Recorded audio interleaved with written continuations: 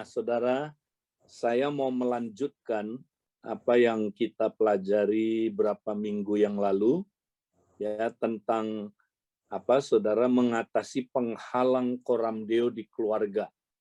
Nah, hari ini, saudara, saya mau membahas lebih praktikal lagi, bagaimana kita mengatasi problem berbagai adiksi di keluarga. Jadi, saudara, pada zaman akhir ini, kita lihat nubuatan yang Tuhan Yesus sampaikan. PowerPoint yang kedua, kita lihat, saudara, ya, Tuhan Yesus menyampaikan pesan buat kita, saudara, ya, untuk orang yang hidup di zaman akhir. PowerPoint yang kedua.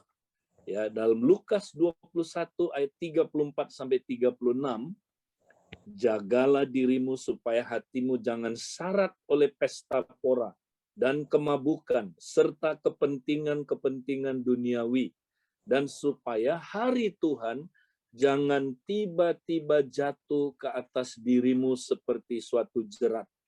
Sebab ia akan menimpa semua penduduk bumi ini. Berjaga-jagalah senantiasa dan berdoa, supaya kamu beroleh kekuatan untuk luput dari semua yang akan terjadi itu, dan supaya kamu tahan berdiri di hadapan Anak Manusia. Nah, saudara, Tuhan peringatkan kita. Ini bukan, dia bukan ngomong langsung kepada orang-orang yang tidak percaya. Dia ngomong kepada murid-muridnya. Nah, dia berkata, saudara, mereka disuruh berjaga-jaga supaya jangan mereka syarat oleh 3 hal, pesta pora, kemabukan, dan kepentingan-kepentingan dunia ini. Ya, mungkin saudara berkata, Pak Edi, ini mah bukan buat saya nggak pernah mabuk, Pak Edi. Ya, masa Pak Edi ngomong sama saya pemabuk sih. Nah, kita mau lihat ayat ini apa artinya, saudara, supaya kita mengerti.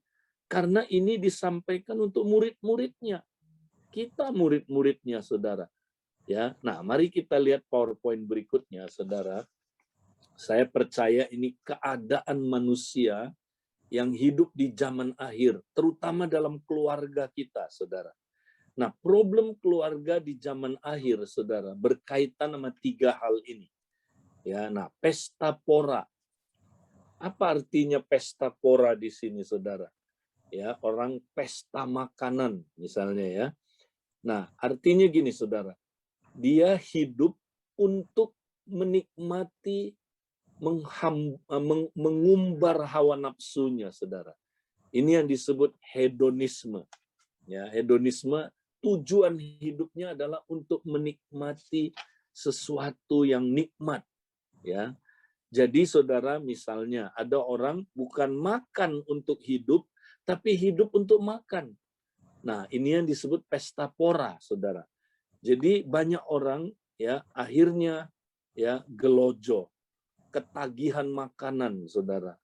Ya, waduh, hidupnya, saudaraku, diikat oleh hawa nafsu makan ini, saudara. Ya, jadi ada orang yang, saudara, hidupnya untuk makan, hidupnya untuk menikmati seks, nah, itu hedonisme, saudara. Hidupnya untuk jalan-jalan. Nah, ada orang Kristen yang, saudara, kalau dia kerja apa aja untuk satu tujuan, menikmati jalan-jalan. Bukan nggak boleh jalan-jalan, saudara, tapi buat dia itu tujuan utama.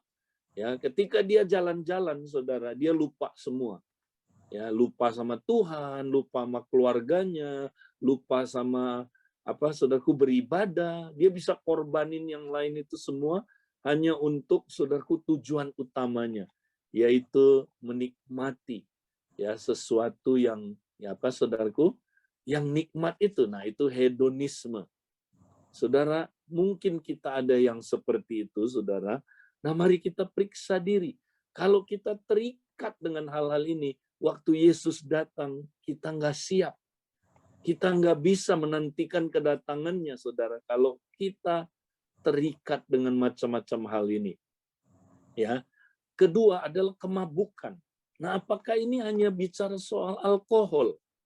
Ya, tidak, saudara. Bukan hanya alkohol. Semua bentuk adiksi Itu maksudnya, saudara.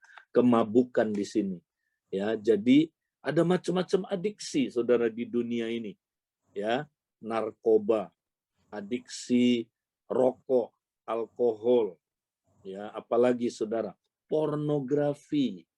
Ya, ada orang addicted, ya, terikat dengan pornografi, kecanduan pornografi.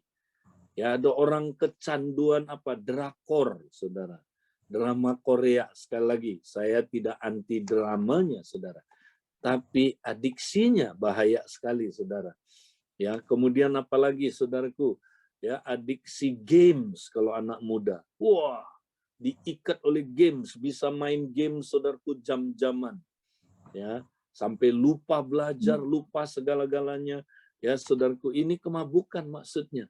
Ya, adiksi games. Ya. Nah, saudara, banyak jenis adiksi yang lain, tapi di akhir zaman ini ada adiksi baru yang kita nggak sadar, saudara. Yaitu adiksi, ya, medsos atau digital addiction, saudara. Ya, di mana, saudara, kita kecanduan digital. Ya, kecanduan smartphone, gadget. Ya, kecanduan dengan program-program yang ada di dalamnya, saudara, yang merusak hidup kita. Ya, saya pernah dengar seorang ahli cyber, dia cerita gini, saudara, dia orang Kristen juga. Dia bilang gini, kalau kamu kecanduan narkoba, 3 bagian otak kamu rusak, tapi kalau kamu kecanduan digital, 5 bagian dari otakmu rusak. Wow, lebih parah akibatnya.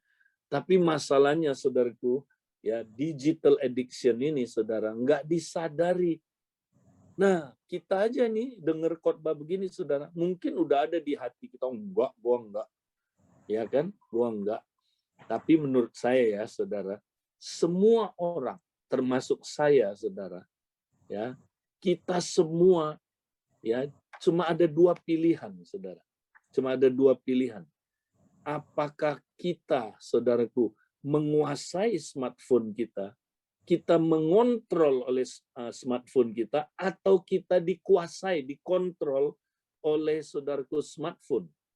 Cuma ada 2 pilihan. Kalau saudara belum membuat keputusan mengontrol smartphone, nggak ada pilihan lain. Saudara masuk kategori yang kedua, dikontrol oleh smartphone. Itu sama kayak uang. Ya, cuma ada 2 kelompok orang.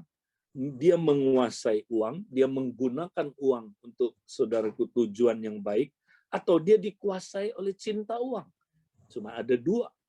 Nah, saudara, hari ini kalau kita nggak pernah membuat keputusan menguasai smartphone, kita pasti dikuasai oleh dia. Jadi kita semua, saudara, ini saya ngomong terhadap saya juga, ya, sampai, ya, tingkat tertentu, saudara, kita semua dikuasai oleh smartphone. Ya, cuman ada yang parah sekali addiction-nya, ada yang ringan. Ya. Nah, saudara, tapi kita semua, ya, harus menghadapi kenyataan ini, saudara. Adiksi ini, saudara. Ya. Nah, makanya, saudara, saya dorong saudara hari ini yang dengar khotbah ini, mari kita catat, saudara. Ya, kita dengerin. Ini buat kita semua, saudara. Termasuk buat saya yang mengkhotbahkannya. Ya. Nah, yang ketiga, saudara, Yesus bilang kita nggak boleh syarat, ya, oleh kepentingan-kepentingan duniawi. Nah, ini apa, saudara? Gampang, mengertinya dari kata penting. Nah, apa yang paling penting dalam hidup saudara, ya, itulah yang membuat saudara sibuk.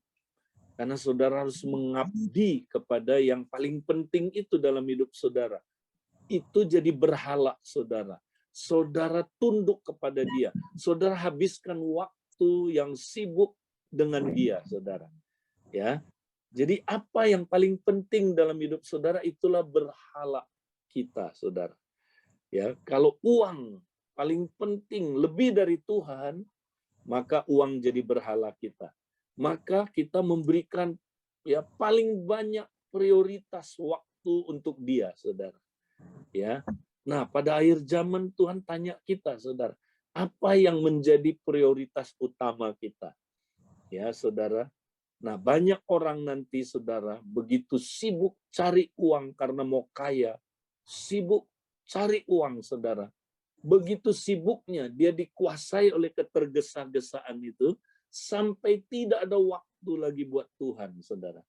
Nggak ada waktu buat Tuhan, nggak ada waktu buat keluarganya, bahkan buat dirinya pun nggak ada waktu, saudara.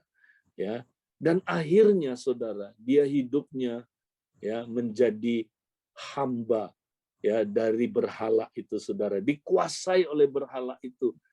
Nah, makanya hidupnya sibuk ya, tapi saudaraku, dia diperbudak, kerja kayak kuda, banting-bantingan, semua dibanting.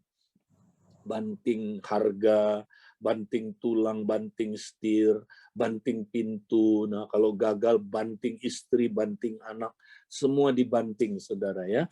Karena dia, saudaraku, udah dikuasai oleh berhala ini.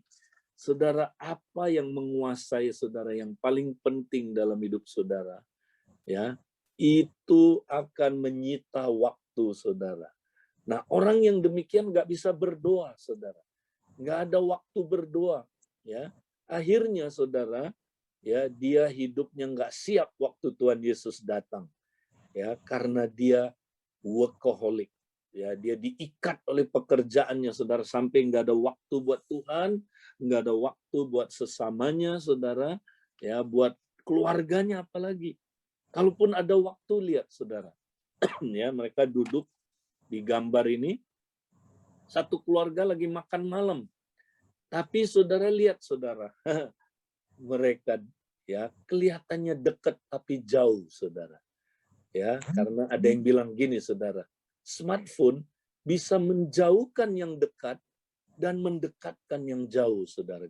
Iya, ya yang dekat-dekat jadi jauh. Ya, ini kan nggak ada hubungan, jauh jadinya. Nah, yang jauh-jauh jadi dekat, ya kan, saudara? Pornografi zaman dulu susah dapatnya.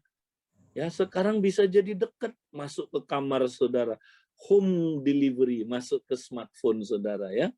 Dulu mau cari narkoba, mau cari macam-macam narkoba, susah infonya, kita mesti jauh-jauh. Sekarang pakai smartphone bisa dapat, yang jauh jadi dekat.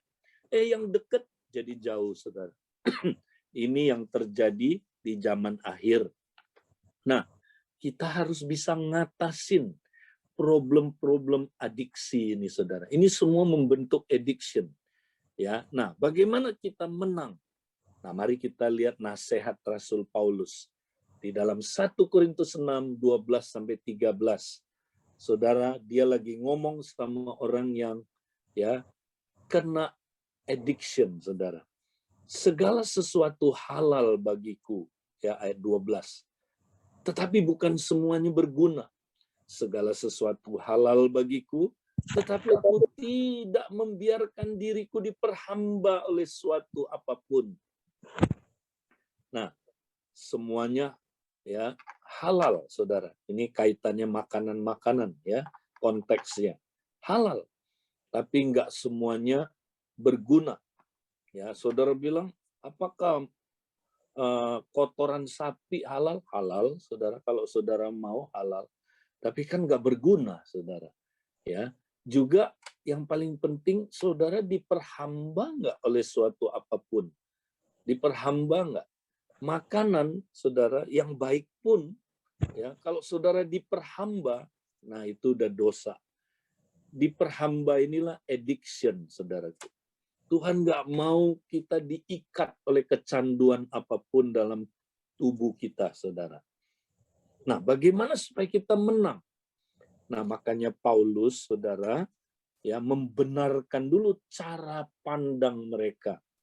Kenapa mereka terikat dengan berbagai macam addiction dalam tubuh mereka, saudara? Karena telah kemasukan ya dalam diri jemaat Korintus, saudara, pengajaran yang berasal dari gnostik yang dipengaruhi oleh filsafat Yunani, saudara, yang mengatakan begini, saudara. Ya, kita manusia begitu lahir, roh kita kudus, baik, suci, tidak ada dosa, murni. Ya. Tapi yang jahat adalah tubuh kita. Ya, tubuh kita itu jahat. Karena filsafat Yunani, saudara, tubuh kita itu semua materi, tubuh kan ada materi. Nah, materi itu yang ciptain bukan Allah, ya, bukan theos, tapi yang ciptakan adalah setan, saudaraku. Yang ciptakan adalah setan. Makanya, saudara, tubuh manusia itu jahat karena dia mengandung materi. Nah, oleh sebab itu, saudara, ya, untuk supaya bisa bahagia, ya, maka ada dua perlakuan terhadap tubuh, saudara. Nah, dua-duanya ekstrim. Ya, nah ini masuk ke dalam gereja pemahaman ini, saudara. Nah, ekstrim yang pertama, supaya kita bahagia karena tubuh itu jahat, tubuh mesti dikekang kejahatannya, ya, dengan berbagai macam tindakan-tindakan ascetisme. Ya, ascetisme artinya penyiksaan-penyiksaan yang dilakukan terhadap tubuh, saudara.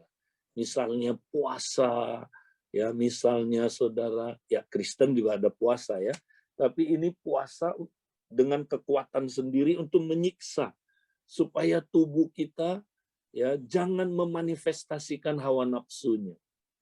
Dikekang tubuh ini, ya. Nah, prinsipnya gini, karena tubuh jahat kita harus benci terhadap tubuh kita, saudara. Nah, itu ajaran Gnostik udah masuk ke gereja. Ini yang ekstrim satu. Ekstrim lainnya menganggap gini, saudara, karena tubuh kita memang berdosa, apa boleh buat? Sudah berdosa, jahat, ya sudah, supaya kita bahagia, nikmati aja, ya, keinginan-keinginan tubuh kita, nikmati aja keinginan hawa nafsu kita, saudara. Jadi kalau kita mau makan, makan aja, ya, nikmati. Toh apa yang kita lakukan terhadap tubuh nggak ada kaitannya sama roh kita. Toh walaupun kita menikmati itu, kita mati masuk surga kok. Ya, apa yang kita lakukan dalam tubuh nggak ada kaitannya sama hidup kekal. Istilahnya gitu, saudara. Jadi nikmati aja. Nah, terutama seks mereka nikmati, saudara, dalam tubuh mereka.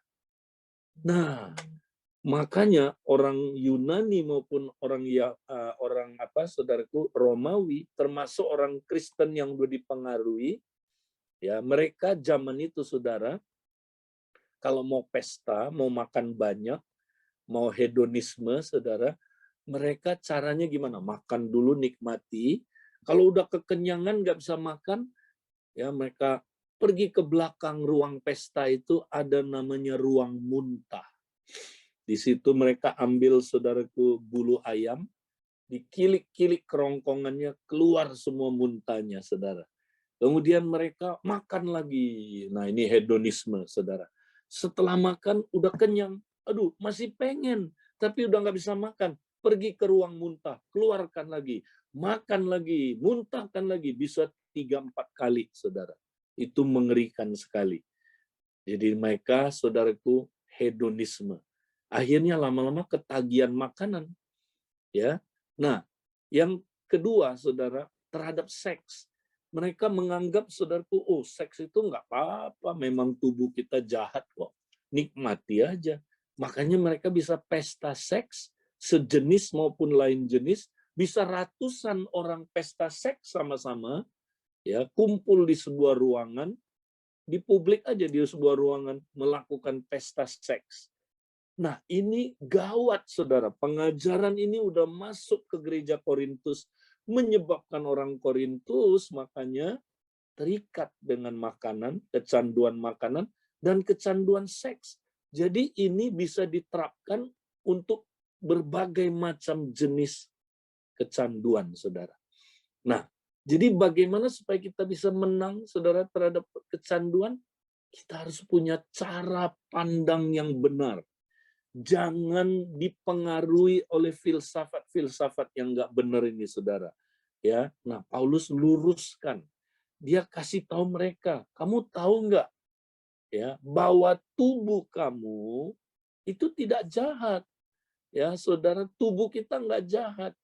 Karena tubuh kita udah ditebus, sudah dibayar dengan harga lunas. Tubuh kita ini adalah anggotanya Kristus. tubuh kita adalah tubuh Kristus. Jadi tubuh untuk Tuhan kepalanya dan Tuhan untuk tubuh. Kamu tahu nggak? Ya, tubuh kamu bukan milik kamu lagi. Coba kita baca selanjutnya, saudara. Dia bilang begini. Ya, next. Bukan hanya tubuh kamu, tubuh Kristus. Ayat 19. Atau tidak tahukah kamu bahwa tubuhmu adalah bait Roh Kudus yang diam di dalam kamu, Roh Kudus yang kamu peroleh dari Allah, dan bahwa kamu bukan milik kamu sendiri. Sebab kamu telah dibeli dan harganya telah lunas dibayar. Karena itu muliakanlah Allah dengan tubuhmu. Wow, Paulus rubah cara pandang mereka. Supaya mereka nggak sesat cara pandangnya terhadap tubuh. Tubuh kamu itu nggak jahat. Tubuh kamu bukan setan yang ciptain. Ya, tubuh kamu itu kudus karena udah dibeli dengan harga tunai. Ya, udah ditebus. Tubuh kamu itu baik karena milik Kristus. Jadi saudara, kita jangan benci tubuh kita. Tubuh kita bukan seperti yang saudaraku dikatakan oleh ajaran Gnostik. Ya. Nah, yang jahat bukan tubuhnya kita, saudara. Yang jahat itu adalah keinginan daging. Itu yang jahat, keinginan daging. Tapi tubuhnya netral. Bahkan kalau tubuh orang Kristen, saudaraku, itu sudah miliknya Tuhan. Itu satu sama sang kepala. Makanya kalau kamu lakukan sesuatu terhadap tubuh, yang paling berasa adalah kepala. Saudara, kalau tubuh saya kejepit pintu, tangan saya kejepit pintu, siapa yang paling merasakan? Kepala. Yang teriak pertama, adau, itu kepala. Ya, karena apa? Karena tangan saya adalah bagian dari kepala. Ya, dia satu organisme. Ya, jadi apa yang dilakukan oleh tubuh, kepala dapat merasakannya, saudara. Saya mau tanya saudara, kalau tangan kepegang kotoran apa? Maaf ya, kotoran anjing misalnya, bau nggak? Bau, saudara. Siapa yang paling merasakannya? Kepala. Nah, apa yang kepala akan lakukan, saudara? Masa dia cium-cium juga, waduh, enak ya baunya ya. Ini kepala agak aneh ini, saudara. Ya, pasti kepalanya benci sekali dengan saudaraku, dia benci sekali dengan kotoran itu. Dia nggak benci tangannya, dia nggak buang tangannya, tapi dia benci sekali, saudaraku, dengan kotoran itu. Dia akan buang, dia akan bersihkan, ya, karena dia bisa merasakan kotoran itu, saudara. Ya, sama juga Roh Kudus, saudara. Kita ini baitnya loh, rumahnya loh. Kalau kita kotori, saudara, siapa yang paling berduka cita? Roh Kudus. Ya, inilah yang disebut mendukakan Roh Kudus, saudara. Kenapa dia duka, sedih? Karena kita rumahnya, makanya dia sedih. Konteksnya itu kalau saudara baca nanti. Ya, jangan mendukakan Roh Kudus Allah yang sudah ada di dalam diri kamu. Ya. Nah, itu konteksnya itu, saudara. Lalu kita berbuat dosa-dosa yang saudaraku, merusak, ya, mencemarkan tubuhnya. Yang paling sedih Roh Kudus. Nah, kalau saudara ngerti ini, saudara, wow, saudara pasti bisa menang terhadap adiksi. Ya, jadi orang yang terikat adiksi karena nggak sadar ini, saudara. Makanya dia terikat, ya, dengan apa, saudaraku, addiction. Nah, jadi dari beberapa ayat ini, saudara, ya, kita bisa hari ini, ya, belajar bagaimana mengatasi ketergantungan, terutama ketergantungan digital. Ya, nah, next, makanya saya usulkan untuk gampang ingat aja, saudara, kita pakai akronim sekutu, SE, KU, dan TU. Ada 3 langkah yang kita mesti lakukan, saudara, supaya kita bisa mengatasi ketergantungan. Ya, ini bisa dipraktekkan banyak jenis ketergantungan, tapi khususnya digital. Ya, nah, bagaimana kita menang? Ya, bisa mengendalikan digital, kita bisa menang, ya, mengatasi digital addiction ini, saudara. Nah, mari kita lihat 3 langkah ini. Yang pertama, ya, apa yang kita mesti lakukan? Serahkan tubuh kita, saudara. Ya, ini langkah pertama. Next, bisa. Langkah pertama, serahkan tubuh kita. Ya, miliki cara pandang yang benar tentang tubuh kita, saudara. Karena sekarang kita baru sadar tubuh kita ternyata adalah anggotanya Kristus. Tubuh kita ternyata adalah bait Roh Kudus, ya, dan sudah dibayar lunas dan bukan milik kita lagi. Makanya kita nggak boleh pakai sembarangan tubuh kita, ya, saudara. Kalau orang melihat tubuhnya milik dia sendiri, dia sembarangan pakainya. Oh, milik saya ini, suka-suka dong. Ya, coba saudara, kalau saudara punya mobil, ya mobilnya misalnya mobil saudara sendiri, dan nggak terlalu mahal mobilnya, saudara. Ya misalnya, ya saya pernah dengar ya Pak Yakub bilang kalau saya naik Alphard katanya, tapi Alphard terkutuk katanya. Loh maksudnya apa? Ya mirip Alphard tapi bukan Alphard. Ya adalah merek-merek lainnya mirip Alphard tapi murah sekali. Misalnya, saudara punya mobil milik sendiri murah harganya. Ya. Nah, pasti saudara makainya juga asal-asalan. Betul? Ketabrak, oh nggak apa-apa, milik saya sendiri. Alphard terkutuk, nggak apa-apa. Ya, murah kok, beli lagi aja nanti ya kan. Nah, saudara. Tapi kalau misalnya, saudara, Presiden Jokowi pinjemin mobil buat saudara, Alphard sejati, ini bukan Alphard terkutuk. Alphard sejati, saudara. Mahal, miliknya presiden. Saya pengen tanya, cara makainya beda nggak, saudara? Beda. Ya, saudara nggak berani sembarangan makainya. Kegesek sedikit, wih, saudara takut banget. Takut akan Presiden Jokowi. Ya, karena kita hormat sama dia. Karena dia begitu baik pinjemin kita make, ya.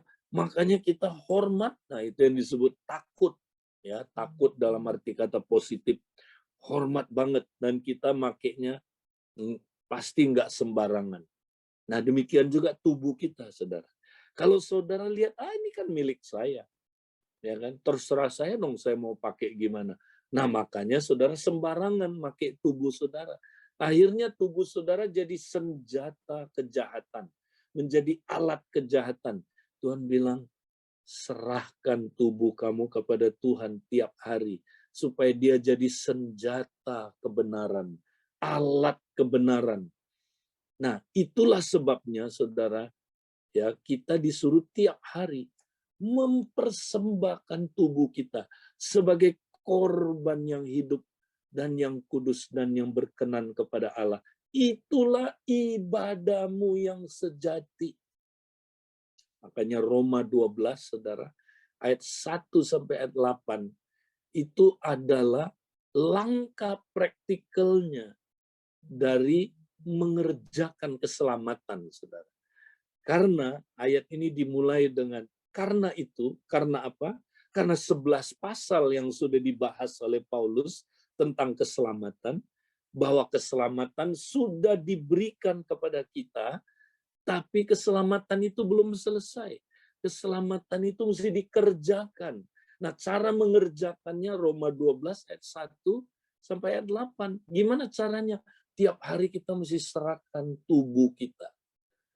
Ya, karena tubuh kita miliknya Tuhan, bukan milik kita lagi. Kita mesti serahkan supaya dia jadi alat kebenaran, saudara. Nah, karena di tubuh kita juga ada problem, saudara.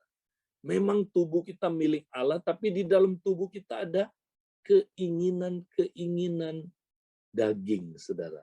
Itu adanya dalam tubuh kita. Ada hukum dosa namanya. Yang kalau kita nggak serahkan terus-menerus, ya, itu kita akan, saudaraku, dikuasai oleh hukum dosa. Bukan lagi oleh dosa. Dosa udah beres. Hukumnya, saudara. Karena tubuh kita belum ya sempurna. Masih belum tubuh kebangkitan. Masih bisa dikuasai oleh hukum dosa. Nah, saya jelaskan apa itu hukum dosa. Ya, Saudara, itulah ya kebiasaan-kebiasaan lama, Saudara. Walaupun kita ya, Saudara udah lahir baru, dalam tubuh kita ada kebiasaan-kebiasaan lama yang sudah terlatih tubuh kita, ya. Di dalam, saudaraku, tubuh kita ada hukum dosa, ya. Kekuatan yang terus membuat kita cenderung kembali ke habit yang lama, Saudara. Nah, karena itu tubuh kita mesti dipersembahkan senantiasa kepada Tuhan supaya sampai menjadi hamba kebenaran, ya, menjadi respon otomatis. Kita baca ayatnya berikutnya, Saudara, ya. Next, kita lihat. Nah, ini ayatnya, ini penting. Roma 6, 18 sampai 19. Kamu telah dimerdekakan dari dosa dan menjadi hamba kebenaran. Wow. Ya, Paulus bilang, kamu nggak tahu, kamu udah dimerdekakan dari dosa. Ya, udah nggak lagi jadi hamba dosa. Bahkan kamu udah jadi hamba kebenaran. Ya, dulu kamu hamba dosa. Kenapa? Karena dulu kamu dikuasai oleh ya manusia lama. Nah, siapa manusia lama itu? Adam kepalanya, kita anggotanya, Saudara. Itu manusia lama. Kamu dulu kepalanya Adam. Adam mewarisi dosa asal kepada kamu, dan akibat kamu sering berbuat dosa dulu sebelum percaya Tuhan, ya maka Adam mewarisi kepada kamu ya yang disebut kecemaran dan kedurhakaan. Itulah kecenderungan-kecenderungan berbuat dosa, Saudara. Ya, cenderung kita cemar, cenderung kita durhaka, Saudara. Itu kita warisi dari Adam. Ya. Nah, akibatnya apa, Saudara? Akibatnya tubuh kita tunduk kepada kecemaran dan kedurhakaan. Ya. Nah, sekarang kamu udah bebas. Ya, kamu udah tidak lagi bersekutu dalam manusia lama, ya, kepala kamu bukan Adam lagi. Kamu udah dibunuh, kamu mati bersama Kristus di kayu salib. Kamu putus hubungan dengan kepala kamu yang lama, yaitu Adam. Ya, bahkan sekarang kamu dicangkok ke dalam tubuh Kristus. Kepala kamu yang baru adalah sang kebenaran itu, Kristus sendiri. Makanya kamu sekarang telah dimerdekakan dari dosa dan menjadi hamba kebenaran. Telah, udah selesai. Ya, Saudara, ini secara de jure. Tapi secara de facto, nah ini dia. Ya, kamu belum menjadi hamba kebenaran. Ya, secara de facto. Ya, kita balik lagi, Saudara, jangan dulu maju, belum selesai. Nah, jadi saya jelaskan, saudaraku, ya, apa artinya kamu telah dimerdekakan dari dosa dan menjadi hamba kebenaran. Ya, ini secara de jure udah selesai. Kamu sudah merdeka dari dosa dan menjadi hamba kebenaran. Ya, kayak tadi, Saudara. Ya, kepala kita yang lama, ya, siapa Adam, udah putus hubungan sama kita. Nggak ada hubungan. Tapi dalam tubuh kita, Saudara, masih ada kebiasaan-kebiasaan yang berdosa. Walaupun udah putus hubungan sama kepalanya. Nah, saya suka kasih ilustrasi, Saudara. Ya, masih ingat teman saya yang nakal, dia potong ayam bukan disembeli, tapi dipancung kepalanya pakai samurai. Saya mau tanya, Saudara, ayam yang kepalanya putus, udah mati belum, Saudara? Pengen tanya, udah mati belum? Udah putus. Ya, oksigen nggak masuk kepala Saudara 10 menit aja, dokter tanda tangan Saudara mati. Ini putus, gimana nggak mati, Saudara? Putus, sudah mati ayam itu. Ya, tapi mau tanya, tubuhnya ayam ini tanpa kepala masih gerak-gerak nggak, Saudara? Masih. Wah, ya, masih geleperan. Nah, ini apa? Nggak ada kepala kok bisa geleperan? Siapa yang komandoin ya gerakan ini? Bukan lagi dari kepala. Ini yang disebut respon otomatis, Saudara. Ya, jadi gerakan ini bukan dari kepala lagi. Inilah gerakan motorik yang otomatis, saudara. Jadi dia masih ada gerakan motorik yang otomatis. Demikian juga kita, saudara. Walaupun kita udah dipancung palanya, putus hubungan sama siapa? Adam, manusia lama kita udah putus, ya. Tapi karena kita udah dilatih terlalu lama dalam dosa, saudara, tubuh kita udah punya tindakan otomatis namanya. Nah, inilah yang disebut kebiasaan-kebiasaan lama, ya, saudara. Jadi tubuh kita cenderung, ya, tunduk kepada kecemaran dan kepada apa, saudara, kedurhakaan. Makanya dalam tubuh kita ada kecenderungan durhaka, cemar, ya. Walaupun kita udah putus hubungan, tetap ada apa, saudaraku, respon otomatis. Nah, gimana cara menghilangkan respon otomatis ini? Nah, Paulus kasih kuncinya, saudara, ayat 19. Aku mengatakan hal ini secara manusia karena kelemahan kamu. Ya, ingat, tubuh itu lemah. Walaupun roh itu, saudaraku, taat. Roh itu berkehendak. Tubuh kita lemah. Jadi dalam tubuh kita, saudara, masih ada respon-respon otomatis. Sebab sama seperti kamu telah menyerahkan anggota-anggota tubuhmu menjadi hamba kecemaran dan kedurhakaan. Ini dulu ya, dulu waktu kepalanya masih Adam, yang membawa kamu kepada kedurhakaan. Nah, sama seperti proses itu, ya, di mana kamu berulang-ulang serahkan tubuh kamu menjadi hamba kecemaran dan kedurhakaan, demikian hal kamu sekarang. Demikian, perhatikan kata demikian. Proses yang sama harus terjadi. Jadi untuk menghilangkan respon otomatis kebiasaan-kebiasaan berdosa kamu yang lama di tubuh kamu, untuk menghilangkan itu demikian hal kamu sekarang. Artinya harus menjalankan proses yang sama. Nah, proses apa? Menyerahkan anggota-anggota tubuhmu menjadi hamba kebenaran yang membawa kamu kepada pengudusan. Wow. Ini yang banyak orang Kristen nggak praktek, saudara. Mereka pikir terima Yesus beres. Ya udah beres. Enggak. Ya, nah inilah pengajaran-pengajaran yang bahayanya, saudara. Pengajaran ya extreme grace, ya apa hyper grace. Mereka cuma ngajarin kamu udah merdeka, kamu udah bebas dari dosa menjadi hamba kebenaran. Benar, tapi itu cuma de jure, de facto-nya belum. Nah, de facto-nya masih, kenyataannya masih ada. Ya, apa kebiasaan-kebiasaan berdosa dalam tubuh kamu. Ini yang disebut kuasa dosa. Ada kuasa dosa. Inilah Roma 7, saudara. Jadi Roma 7 adalah orang yang ya udah lahir baru, tapi dia belum ngerti berjalan dalam roh. Ya, dia belum ngerti, saudaraku. Makanya dia terus jatuh lagi. Apa yang dia pengen, ya dia nggak bisa lakukan, ya saudara. Apa yang dia tidak inginkan, itu justru yang dia lakukan, yang jahat. Ya kan? Nah, ini dia, saudara. Karena dia nggak ngerti prinsip ini. Nah, jadi, saudara, untuk kita mengalahkan respon-respon otomatis yang lama itu, caranya membangun respon-respon otomatis yang baru. Caranya gimana?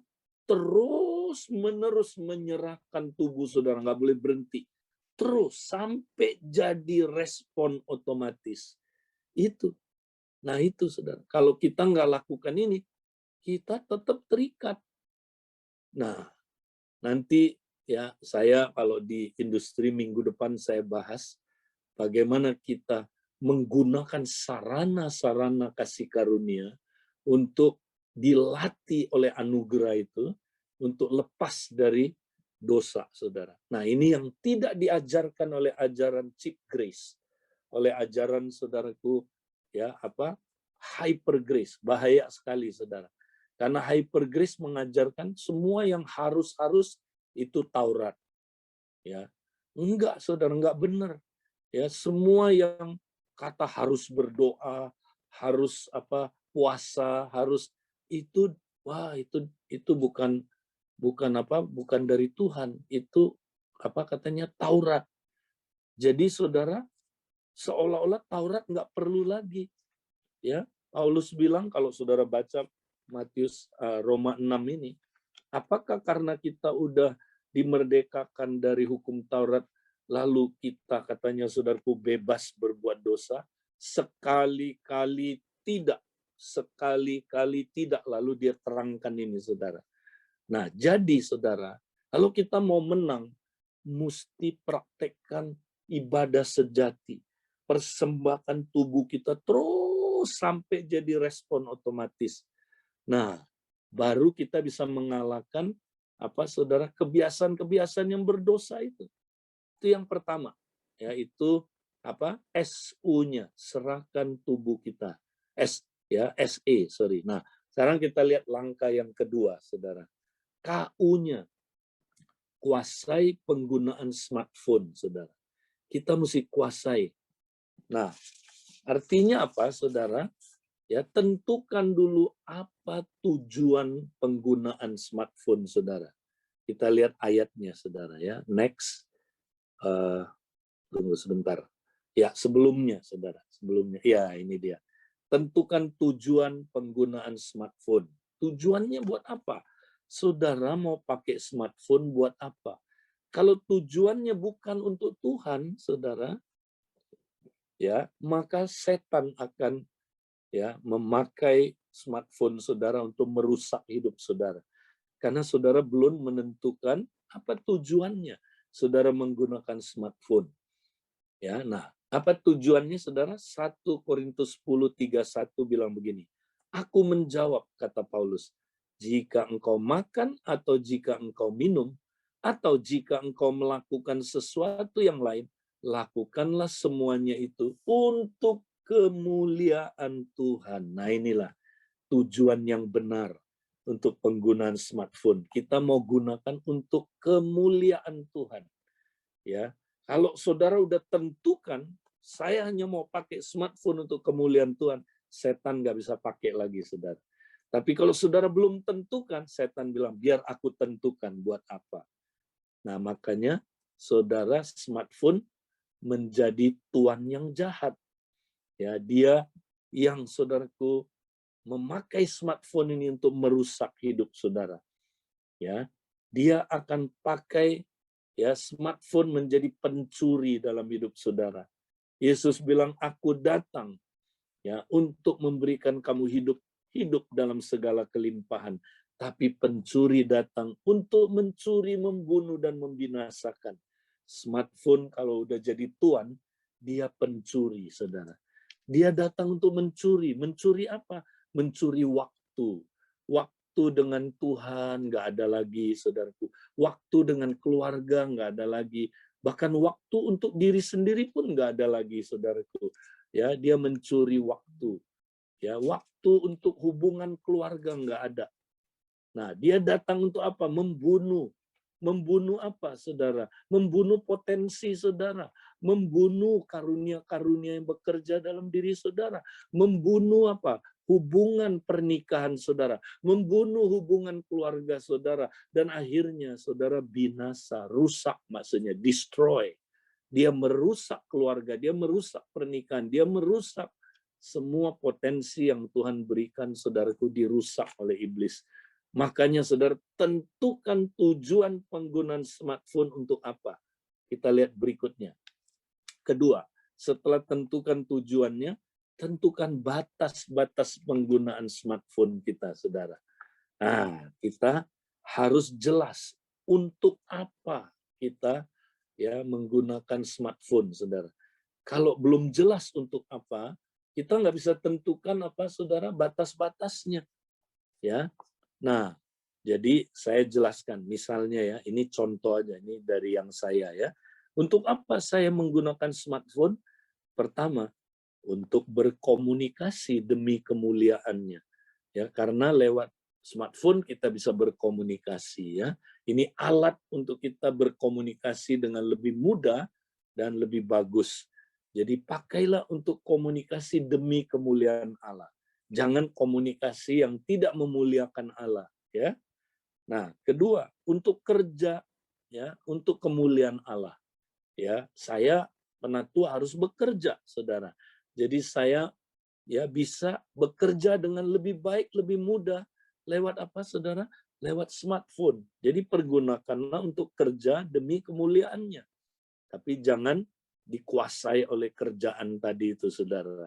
Jangan kerjaan jadi berhala. Ya, kedua, untuk apa? Untuk saudaraku belajar. Nah, kita tahu, saudaraku, ya melalui smartphone kita bisa belajar banyak hal. Di dalam Google, kita bisa menggali banyak pengetahuan. Tapi batasi, saudara. Hanya pengetahuan-pengetahuan yang memuliakan Allah. Nggak perlu belajar rahasia iblis yang dalam-dalam. Ya, yang lain nggak usah dipelajari, saudara. Katanya jangan mau tahu rahasia iblis yang dalam-dalam. Ya buat apa? Ya, jadi batasi, saudara. Terus untuk apa? Nah, smartphone berguna untuk renungkan firman, ya, untuk kirim saat teduh, itu kan untuk kemuliaan Tuhan. Puji Tuhan. Pakailah itu untuk kemuliaan Tuhan. Batasin.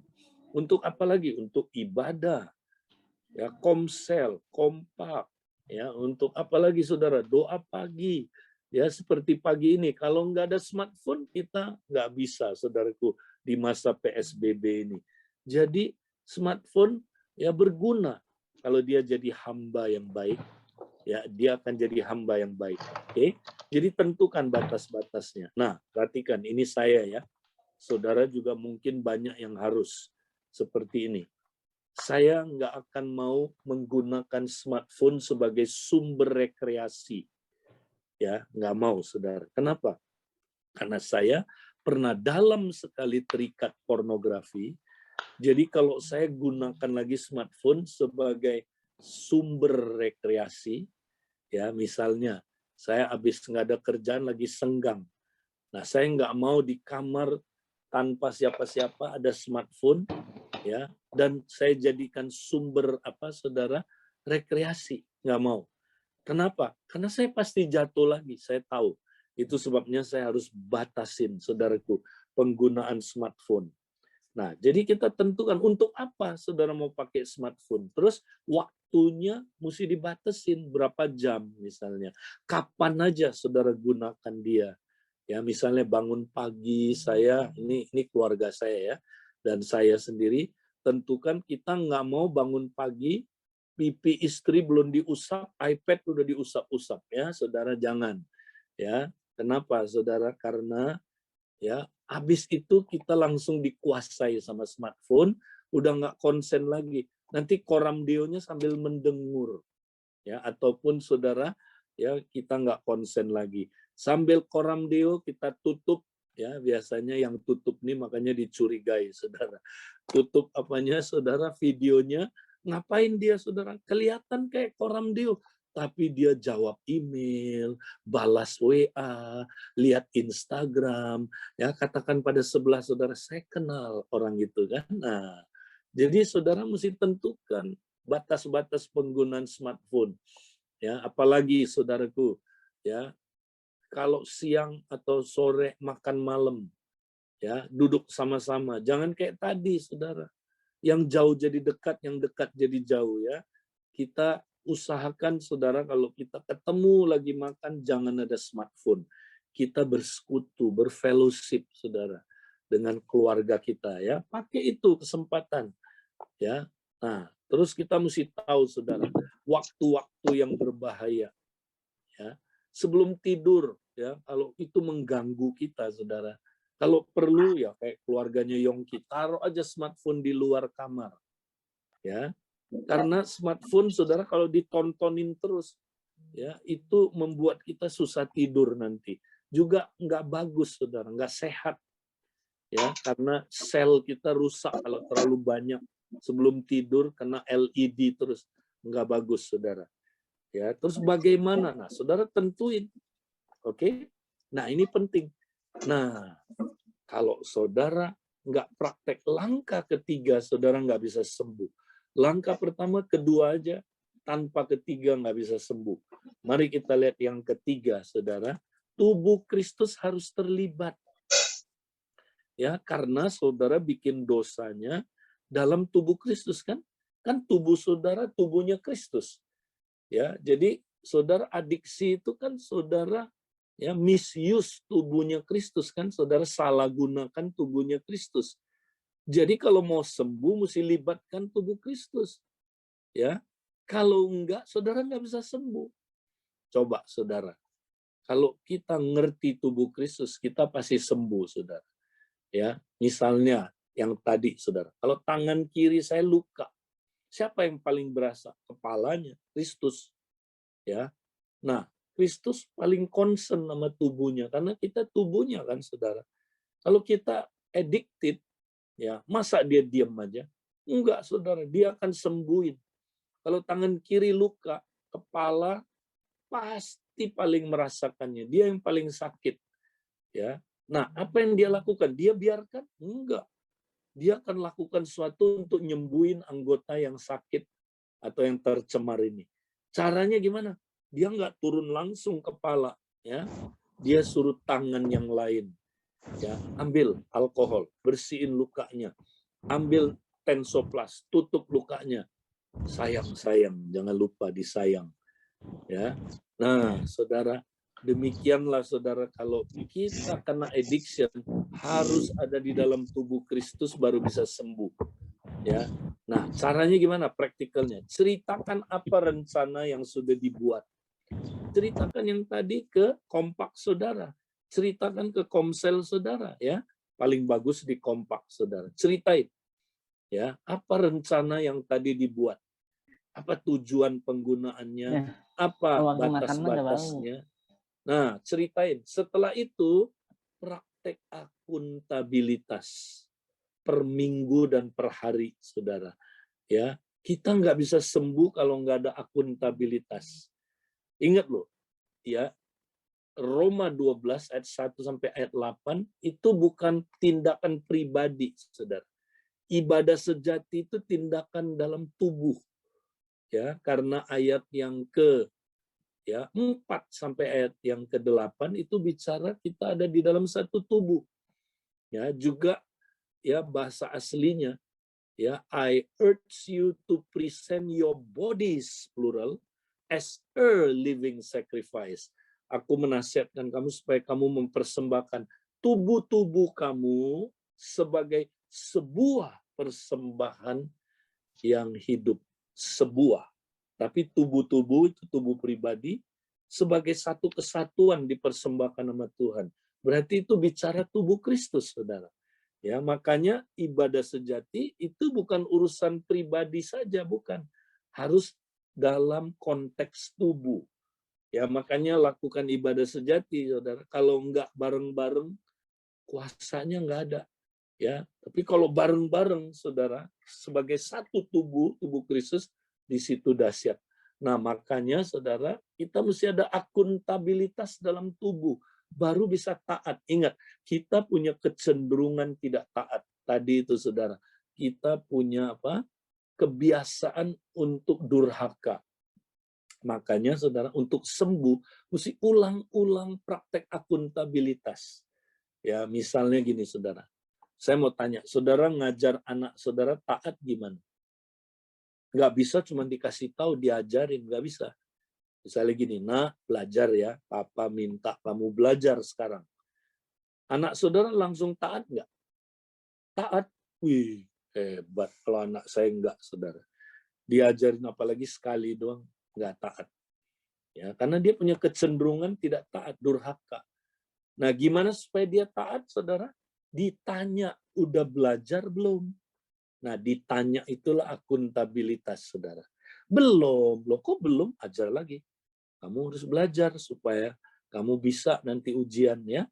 Ajar lagi, taat ya. Iya, Pak. Nah, langsung taat nggak? Enggak tuh, saudara, anak saya.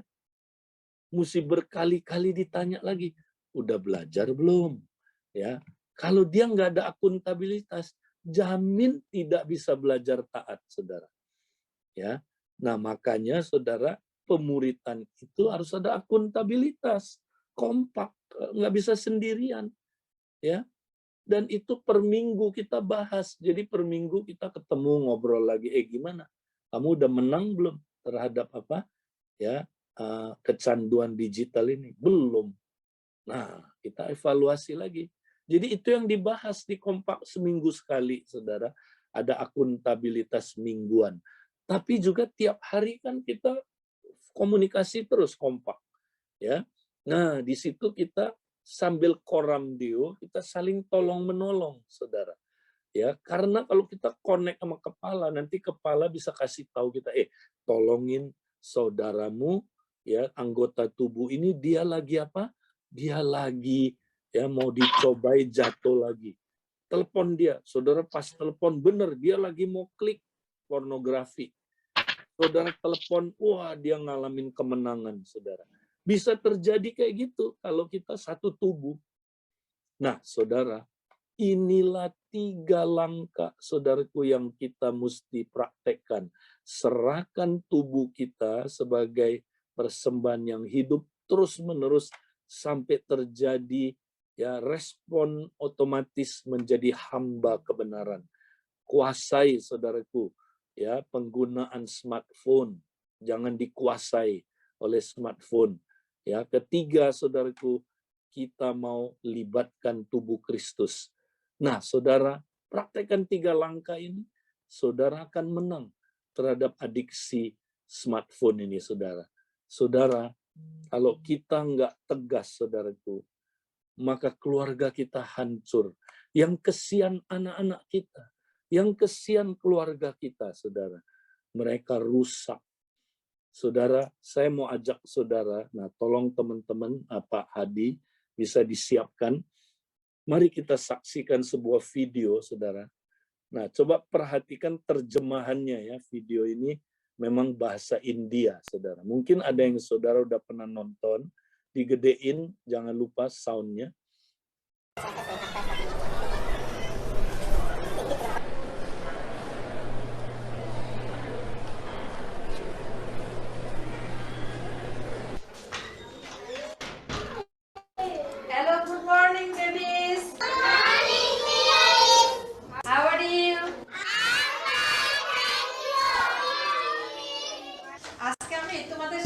গল্প করব।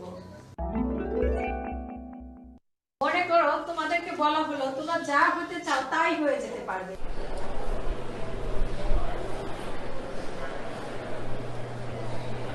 তাহলে তোমরা কে কি হতে চাও বলো তো?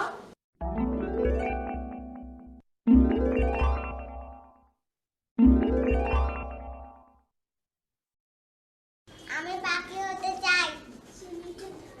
তাই কেন পাখি হতে চাও? কারণ পাখি আকাশে উড়তে পারে। আচ্ছা তাই, গুড। আমি সাদা কাগজ হতে চাই। ও তাই। এই টপা, তুমি তো সেই কখন থেকে কি যেন লিখছো, তুমি বলো তো তুমি কি হতে চাও? আমি স্মার্টফোন হতে চাই। ও স্মার্টফোন, কেন স্মার্টফোন হতে চাও? আমার বাবা মামা স্মার্টফোন খুব ভালোবাসে। যেখানে যায় আমার বাবা স্মার্টফোন সঙ্গে করে নিয়ে যায়, কিন্তু আমাকে সঙ্গে করে নিয়ে যায় না। ফোন আসলে আমার মামা তাড়াতাড়ি গিয়ে ফোন ধরে।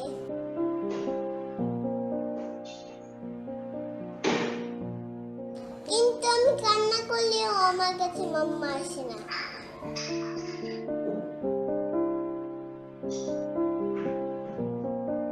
আমার বাবা স্মার্টফোনে গেম খেলে,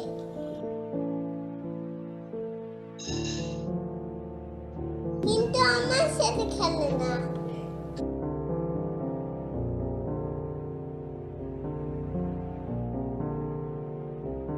আমি বাবাকে বলি আমাকে একটু কোলে নাও না বাবা, কিন্তু বাবা আমাকে কোলে নেয় না। স্মার্টফোনটাই বাবা সবসময় কোলে থাকে। আমাকে খেলতে বলে, রাগ হয়ে বলে দেখতে পাচ্ছেন না চ্যাট করছি।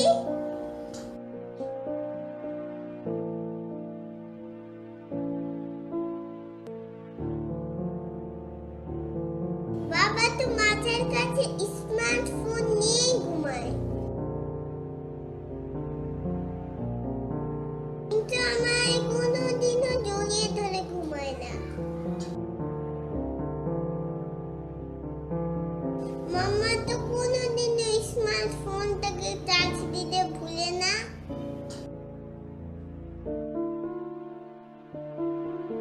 কিন্তু মাঝে মাঝে আমাকে খাবার দিতেই ভুলে যায়।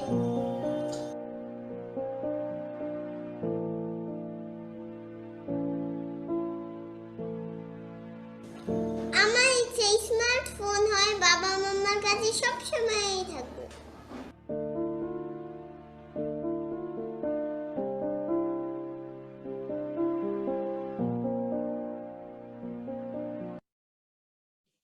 Saudara, lewat apa yang kita saksikan ini, saudara,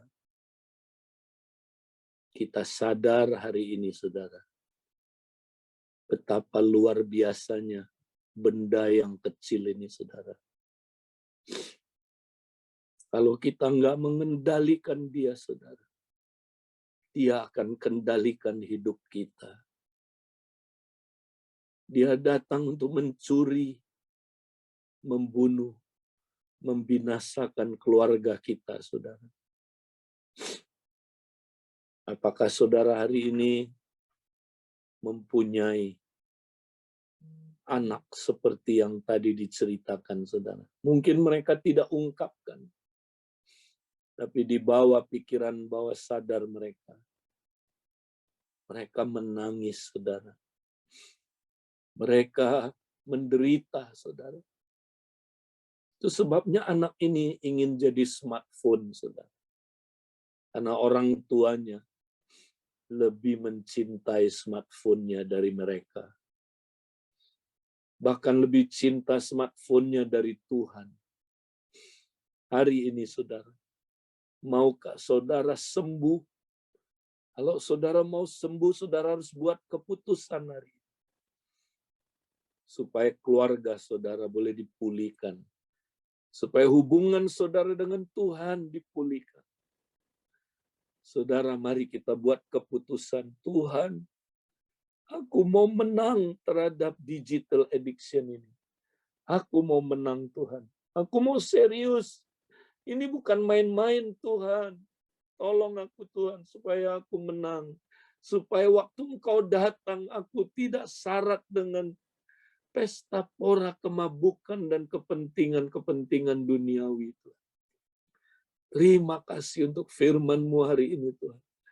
Kami mau, Tuhan, taat kepada Engkau. Di dalam nama Yesus, kami sudah berdoa dan mengucap syukur, Tuhan. Amin. Amin. Puji Tuhan. Ya, mungkin kita masih ada beberapa menit ini, kalau masih memungkinkan ada yang ya mau kerja silakan, tapi kalau yang lain mau tinggal, ada yang mau tanya jawab, mungkin kita pakai 10-15 menit ini ya. Silakan, saya serahkan kembali ke Hadi. Ya, teman-teman, kalau ada yang mau bertanya bisa langsung ya open mic ataupun tulis di chat. Tapi sekarang mungkin bisa langsung open mic kalau ada teman-teman yang mau bertanya ya dengan materi yang barusan kita dengar bersama-sama. Atau mau kasih kesaksian boleh, saudara. Meresponi firman Tuhan, silakan. Ya, kalau ada yang mau langsung boleh nyalakan mic, atau kalau enggak saudara mau tanya juga nggak berani langsung, masukkan ke chat ya. Nanti akan dibacakan pertanyaannya. Silakan kalau ada yang mau meresponi kesaksian atau bersaksi atau mau bertanya.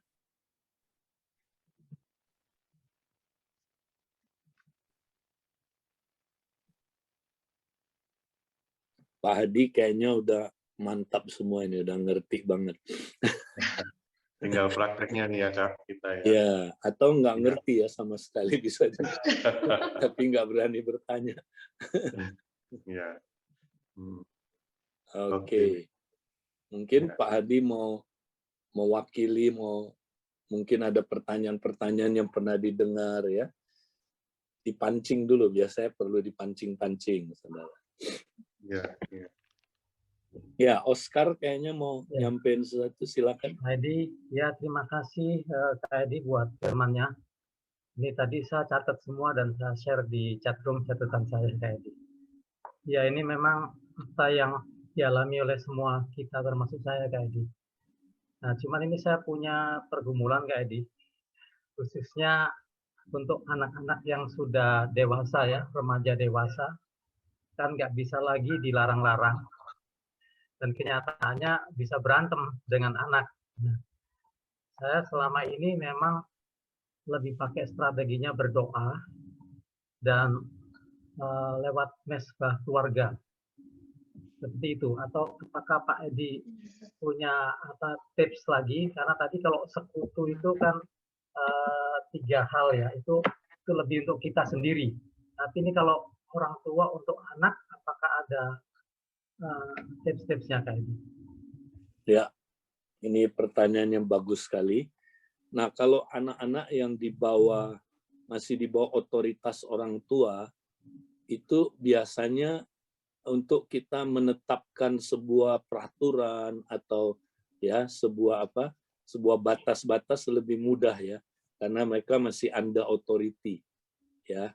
Tapi kita juga perlu kalau anaknya misalnya udah 8 tahun ke atas ya, 10 tahun, kita perlu menjelaskan kepada mereka dulu.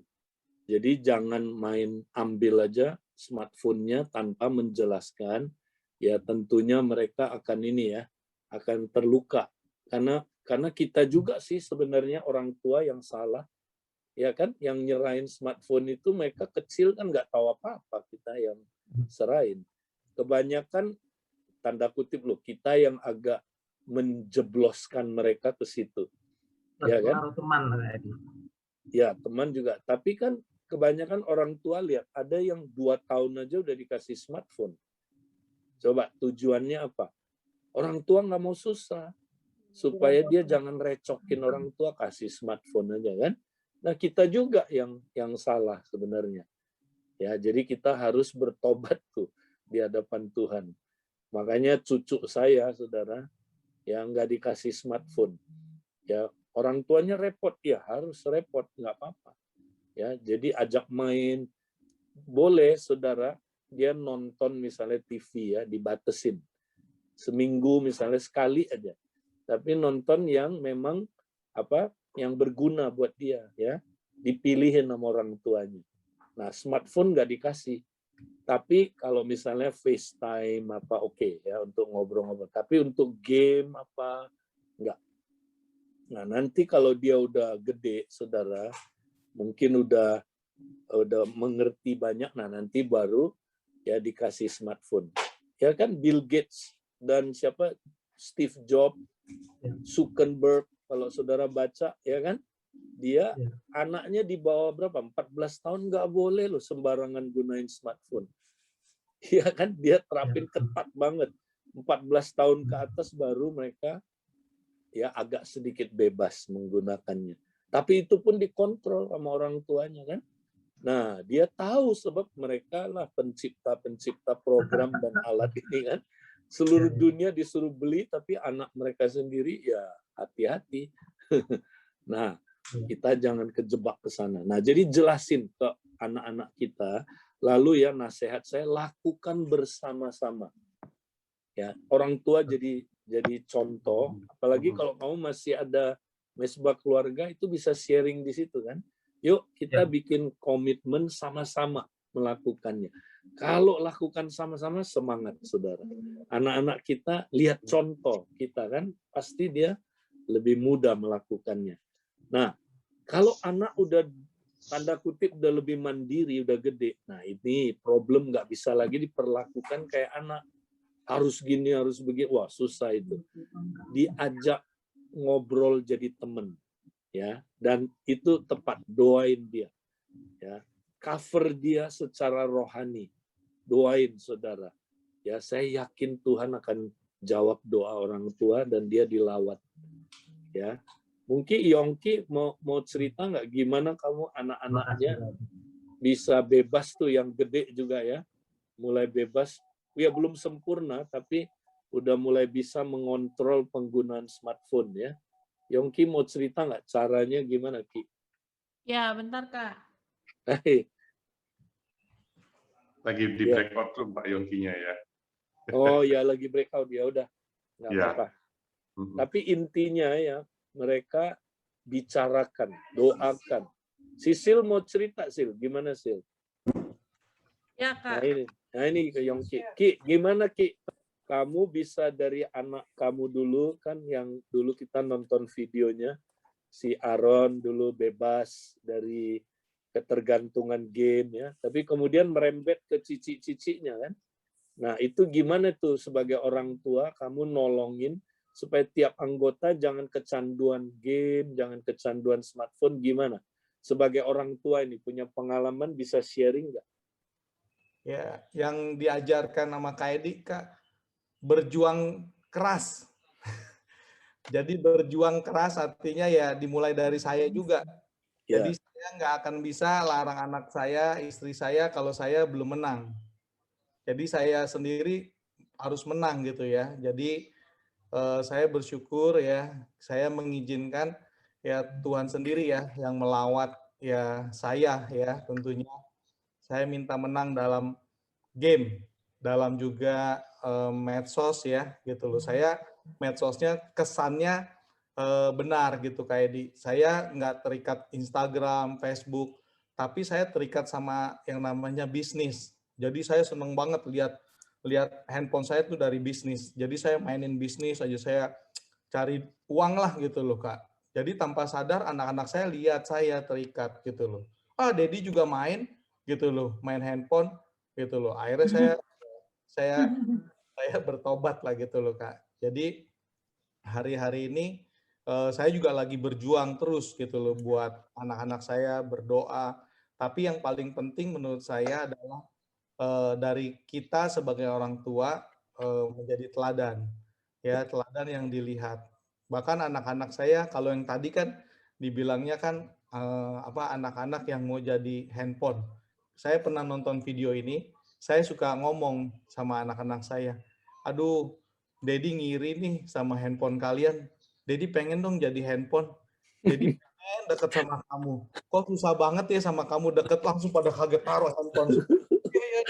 Ya, gitu. Jadi saya memposisikan ya karena saya merasa gitu, memang benar yang dibilang sama Kak Edi, bahwa kita jadi jauh hubungan. Ya dulu juga saya pernah kesaksian sama teman kompak, di dalam kompak saya bilang sama istri saya, tiba-tiba, Sil, saya kepahitan nih. Kepahitan sama siapa kamu katanya? Kan kamu udah beres hatinya, kan kamu udah transformasi hati. Iya, saya kepahitan sama orang Korea. Kenapa? Kamu nonton Korea sampai merem-merem gitu, senyum-senyum. Mau jadi orang Korea ya? Ya, terus kamu juga kayak tidur juga mesti denger orang Korea ngomong gitu loh. Kok saya kok nggak ada gitu di kamu. Wah, parah ini, parah. Kayaknya sih udah menjurus kepahitan saya sama orang Korea. Jadi saya bilang, apa saya mesti gunting rambut kayak orang Korea, atau saya mesti putihin kulit saya, jadi kamu mandang saya kembali. Dia ketawa, akhirnya dia putusin, ya udah kamu doain saya deh. Akhirnya ya saya doakan gitu ya. Jadi intinya saya juga hari-hari ini masih magang ya. Ya. Jadi saya magang sama siapa yang tadi diajarkan sama Kedi, saya mesti magang sama Yesus ya. Karena apa? Saya juga lagi terus terang lagi berjuang ya, berdoa ya. Kemarin udah Kedi juga ngajarin, udah berdoa sih udah oke. Tapi jangan lupa harus apa teman-teman? Berjaga-jagalah gitu loh. Wah, yang berjaga-jaga saya toeng gitu loh. Ternyata peperangan kita belum berakhir teman-teman. Masih berjuang ya. Terus Karo juga ayo lebih daripada pemenang, lebih daripada pemenang. Memang ya, kalau secara de facto kita menang, tapi de jure kita menang, de facto kita masih ngadepin nih ya. Masih ngadepin. Jadi anak saya jujur, anak saya yang nomor kecil udah oke. Kemarin ya, kemarin baru kejadian juga. Saya udah lihat anak-anak udah konsisten ya dalam kompak keluarga. Tapi ya itu karena saya juga udah mulai sibuk, tiba-tiba anak-anak saya yang besar, Dad, saya mau, ya dia akan bantuin saya. Dia, saya mau kerja, oke. Saya bilang, saya batasi, kamu mau kerja, bantuin Dedi, oke. Tapi sesungguhnya kamu harus menyerahkan semuanya ke dalam tangan Tuhan. Jadi saya tarik lagi sekarang gitu loh. Udah kerja, udah selesai, jam 10 taruh gitu loh. Saya tarik lagi laptop, saya tarik semua. Jadi hari-hari saya menikmati sekali. Ya saya percaya bukan hanya saya dan keluarga, tapi teman-teman pagi hari ini juga akan jadi berkat ya kalau kita nggak terikat yang namanya dengan game. Itu sih. Oke, thank you. Ya. Ada pertanyaan tuh Kak Edi di Saya mau grup tanya nih, FK. Pak. Oh ya, Pak silakan. Edi, saya langsung yang live dulu deh, saya tanya deh. Pak, ini saya mau coba, ini analisa saya ya Pak ya. Saya dulu, saya perhatikan ketika belum ada pandemi, khususnya sekolah lah,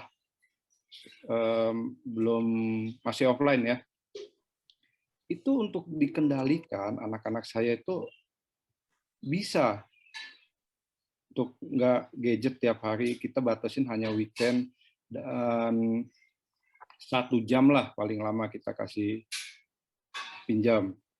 Nah, saya pikir setelah masuk semuanya kegiatan dari rumah, sekolah, pakai gadget, itu saya berpikir, wah ini lebih tantangannya berat lagi buat kita orang tua.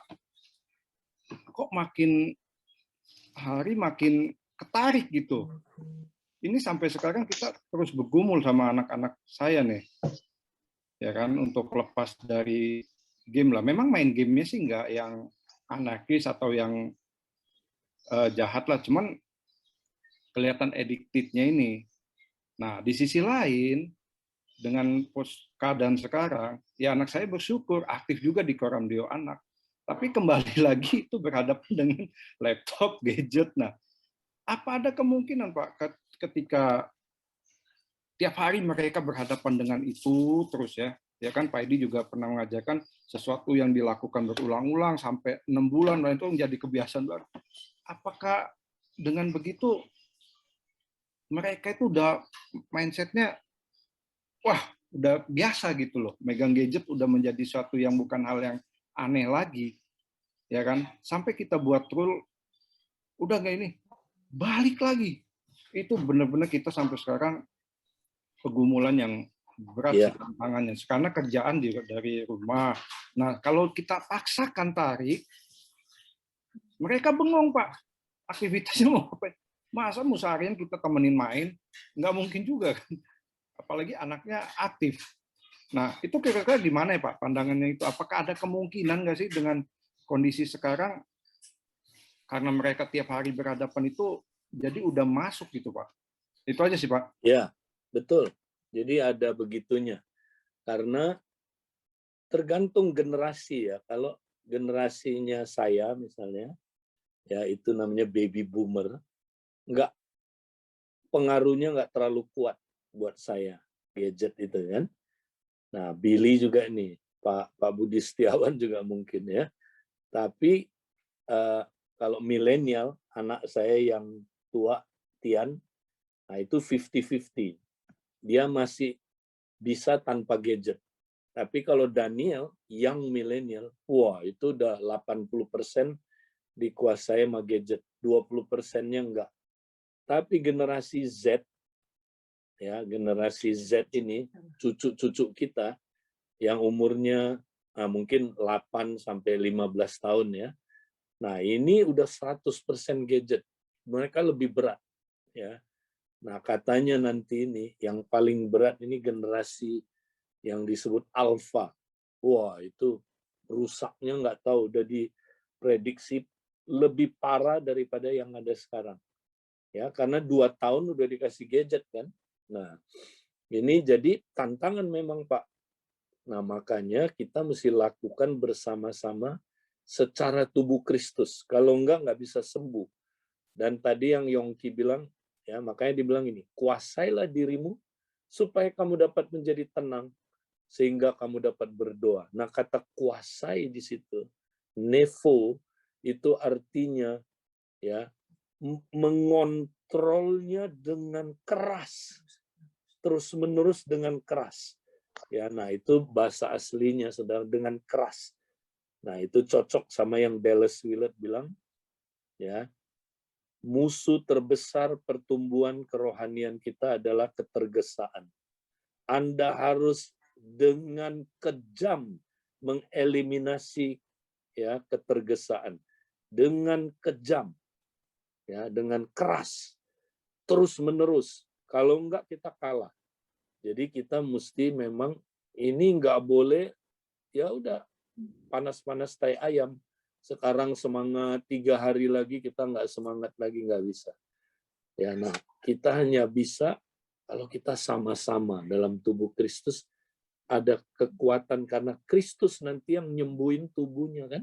Kalau kita terus di dalam tubuh, ya, dengan akuntabilitas yang ketat, ya kita baru bisa menang. Bukan saya ngomong begini bukan cuma kalian, saya juga menghadapi masalah ini. Walaupun saya ya kan baby boomers, tapi saya dipengaruhi juga oleh ini, ya kan? Nah, jadi itu mungkin jawaban saya, ya.